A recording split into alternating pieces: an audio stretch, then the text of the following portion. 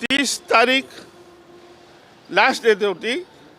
5 वाजेपर्यंत कार्यालयात नामनिर्देशन पत्र भरणाऱ्यांनी कार्यालयात या पाहिजे असा नियम आहे. तुम्हाला सगळं दाखवतो मी. हा आयोगाचा नियम आहे. आणि कार्यालयात याचा अर्थ जे लोक आत आलेत, आता आत आले म्हणजे ही एक गेट आहे, तो तिकडे एक गेट आहे, बरोबर. तुम्ही बघून घ्या. त्यानंतर त्यांनी बूथ लावले आहेत. त्या बूथमध्ये त्यांचे माणसं बसवले आहेत आणि आल्याबरोबर आम्हाला चिठ्ठी दिली, टोकन दिलं, म्हणजे तुम्ही आलात हे सिद्ध झालं. आम्हाला बसून ठेवलं. आम्ही बसलो होतो. बाकीच्या लोकांचं फॉर्म चेकिंग चालू होतं, म्हणजे छाननी चालू होती. त्यानंतर आमच्याकडनं पैसे भरून घेतल्यात, जो डिपॉझिट असतो. हे सगळ्या उमेदवाराकडनं डिपॉझिट घेतले. डिपॉझिट घेतल्यानंतर ती प्रॉपर्टी त्यांची चेकलिस्ट आहे. आमच्याकडे चेकलिस्ट आहे, त्यांची चेकलिस्ट. त्यांनी चेकिंग केलं. हे होय होय, हे आलं, हे आलं, हे आलं, ए बी फॉर्म आला, अमुक टमुक सगळं. त्यानंतर ते सगळे फॉर्म प्रॉपर्टी त्यांची झाली. त्यांनी सांगितलं तुम्ही तिकडे जा. आम्ही विचारलं कुठे जायचं. तिकडे फॉर्म घेत आहेत बघा. तिथून 10 पावलावर त्यांचं ऑफिस आहे. तिथे जाऊन म्हणलं तुम्ही थांबा, आत गर्दी आहे, तुम्ही थांबा. आम्हाला सगळ्यांना थांबून ठेवलं. एवढंच नाही तर काही लोक आत गेले होते. त्यांना सांगितलं त्या कॅबिनमध्ये खूप गर्दी झाली आहे, तुम्ही बाहेर या. आणि त्याच्यानंतर काही लोक त्यांना बाहेर पाठवले. त्याच्यापैकी हे 12 लोक आहे. त्यांचा प्रयत्न असा होता, सुरुवातीपासूनच मला ते भेटले. तिथे म्हणाले काय राठोड, तुम्ही मुख्यमंत्र्याकडनं सगळं कामं करून घेता आणि इथे तुम्ही फॉर्म भरता का माझ्या विरुद्ध, आमच्या विरोधात. म्हटलं नाही साहेब, आमचा समाज आहे तिथे. 12,000 वोटर आहेत तुमच्या 226मध्ये. त्यांची इच्छा आहे कधीतरी ओबीसी. आणि तुम्ही म्हटलं मराठा आहे साहेब, तुम्ही कसे काय ओबीसी झालात, तुम्ही कधी ओबीसी झालात. म्हटलं अरे तर नंतर बघू म्हणे, आपण काय बोलू म्हणे. अच्छा 2-3 वेळा माझ्यासोबत आले, मित्रत्वाच्या नावाने माझ्याशी गप्पा करत होते. परंतु सगळ्यांना त्यांनी असा थोपवण्याचा प्रयत्न केला. तिथे काउंटरवर सांगितलं सावकाश तुम्ही तपासा, तुम्ही घाई करू नका. त्यांना सांगितलं. एरधारे मारत होते. 2 तास ते इकडे होते. 5 वाजेपर्यंत इथं होते. 5 वाजेच्या नंतर इथेच बसले होते ते गाडीमध्ये. त्या काउंटरमध्ये मला धमकी दिली त्यांनी. काय राहतो तुम्हाला सिक्युरिटी कोण दिली. त्यांनी DCPला फोन केला, जॉईंट सिक्युरिटी. यांना काय कुठं क्रायटेरिया आहे म्हणे यांचा, तुम्ही सिक्युरिटी दिली. साहेब मी म्हटलं नंतर मला जीवे मारण्याची धमकी आहे, त्यासाठी मला सिक्युरिटी दिली आहे. मला जर उद्या काही झालं तर हे सगळं TV मध्ये रेकॉर्ड आहे, ते कॅमेरामध्ये रेकॉर्ड आहे, ते बोलले ते.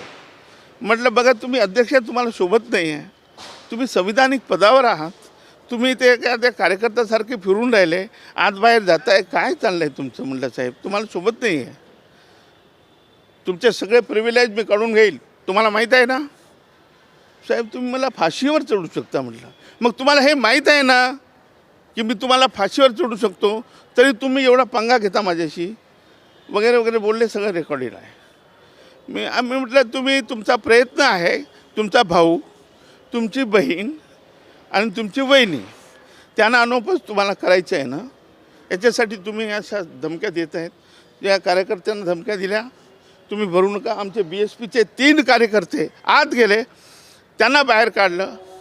हे सगळं म्हणजे अनकॉन्स्टिट्युशनल, जो संविधानिक पदावर असलेली व्यक्ती त्याने केलेलं आहे. आणि कृष्णा जाधव त्याला काय सांगावं, तर त्याला किती अक्कल आहे का मला कळत नाही.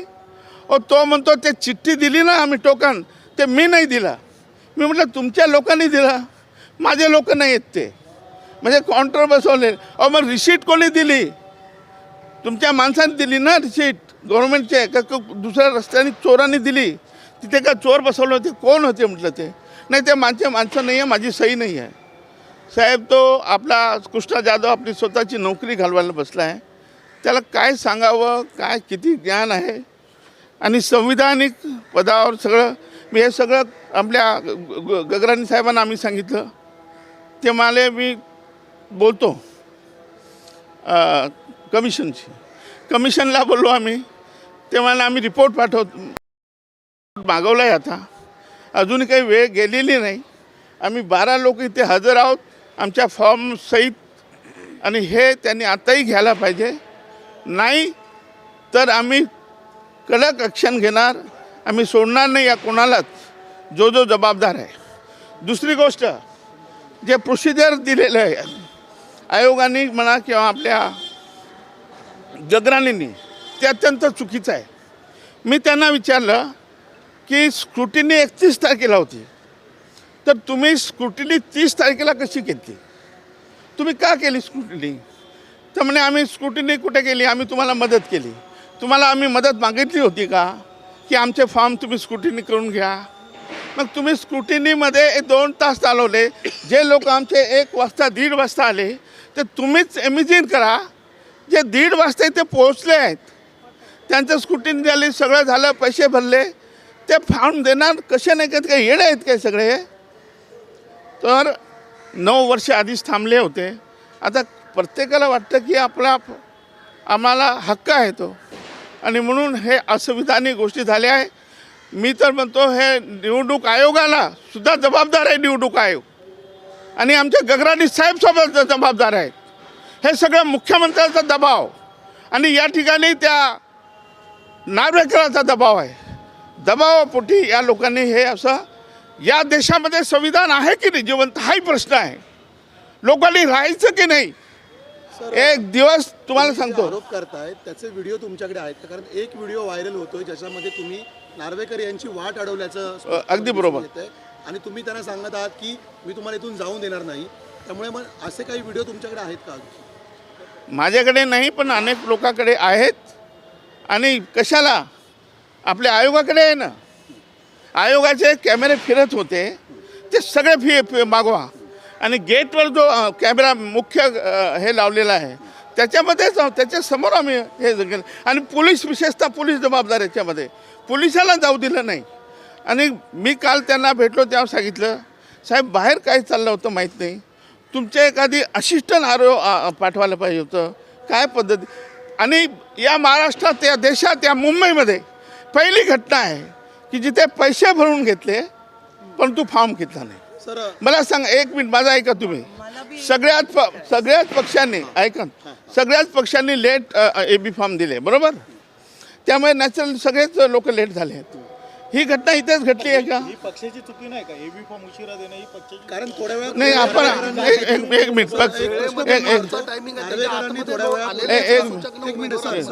थोड्या वेळापूर्वी नार्वेकरांनी या ठिकाणी अधिकृत प्रतिक्रिया दिलेली आहे. त्यांचं म्हणणं होतं की उलटा चोर कोतवाल को वाटे, कारण आमच्या भाजपच्या देखील 212 मधील उमेदवार होता, त्यांनी देखील पैसे भरलेले होते, मात्र टोकन न घेतल्यामुळे त्यांचाही अर्ज घेण्यात आला नाही.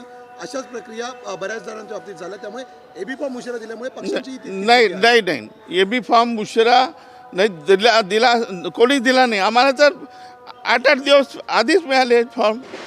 नाही ऐका नाही, आमची इच्छा, आमचा हक्क आहे तो. आम्ही 5 वाजे आत आलो आहे. काय तुम्ही त्यांची वकिली करू नका. आता तुम्ही सुद्धा त्याची वकिली करू नका. वकील नाही, त्यांची प्रतिक्रिया तुम्हाला नाही, प्रश्न विचारा ना. तुम्ही काय विचारलं की पक्षाचे काम नाही का?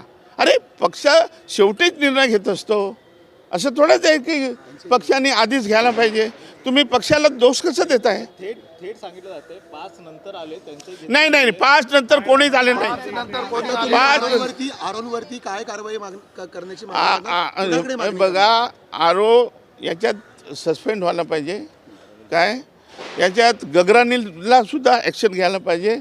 कारण याच्यामध्ये कमिशन, निवडणूक आयोग, आम्ही त्यांच्याकडे रितसर तक्रार दिली असताना त्यांनी सगळे फुटेज मागून घ्यायला पाहिजे. आत्ताही आम्हाला न्याय देऊ शकतात. 3 वाजता विड्रॉला आम्ही काही विड्रॉल करणार नाही. आमचे फॉर्म सगळे इंटेक आहे, तुम्हाला दाखवतो. हे फॉर्म हे त्यांची प्रॉपर्टी आमच्याकडे कशी दिली त्यांनी? त्यांची प्रॉपर्टी आहे ही. ज्यावेळेस त्यांनी फॉर्म घेतला याचा अर्थ काय होतो? जर पकडा, फॉर्म घेतला, सगळं झालं, रिसीट दिली. आता याच्यानंतर तुम्हाला आणखी काय पाहिजे देवा? हां, ही रिसीट, एक मिनिट. हे बघा, ही रिसीट गव्हर्नमेंटची रिसीट आहे. 2500 भरून घेतले, बरोबर? ही चेकलिस्ट, 1 मिनिट पकडाव, कोणतरी चेकलिस्ट करा. सॉरी, चेकलिस्ट करा.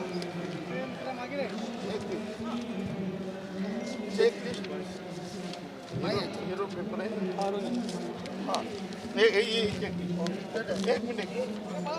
एक मिनिट हे पेपर तो म्हणतो हे चीक मी ते सही केली नाही आणि तू सही केली नाही पण तुझे पेपर आहे ना बाबा हे ते आमच्याकडे कसे आले हे ते हो हे ते त्याने लिहिले हे चेकलिस्ट हे सगळ्याकडे चेकलिस्ट आहे त्यांच्या अधिकाऱ्यांनी चेक केले हा त्यांच्या अधिकारी तो म्हणतो हे माझे अधिकारी नाही माझे नाही तो म्हणतो ही चिठ्ठी दाखव कोणाकडे आहे टोकन दाखवा माझी फाईल कुठे आहे? द्या ना. टोकन दाखवा हे टोकन पण आम्ही दिलेलं नाहीये म्हणतात ते.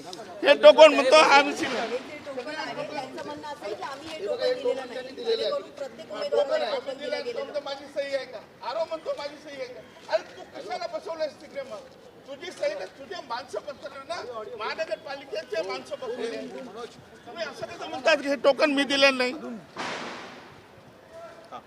तर हे सगळं जे काही झालंय ना हे असंविधानिक आहे आमची विनंती आहे आपल्या मार्फत आणि त्या आयोगाला सांगा हे अर्ज आताही तुम्ही घेऊ शकता इनटेक आमचे सगळे अर्ज आमच्याकडे यांनी फक्त घ्यायचे आहे लिस्टमध्ये घ्यायचे आम्ही काही विड्रॉ करणार नाही कोणी आमचं नाव आलं पाहिजे आम्ही निवडणूक लढणार आहोत आणि ज्या पद्धतीने आज जर नार्वेकरांच्या भावाचा अर्ज अनपोज जर झाला तर हे निश्चित आमचं प्रूव्ह झालं आहे हे नार्वेकरांनीच घडवून आणलेलं आहे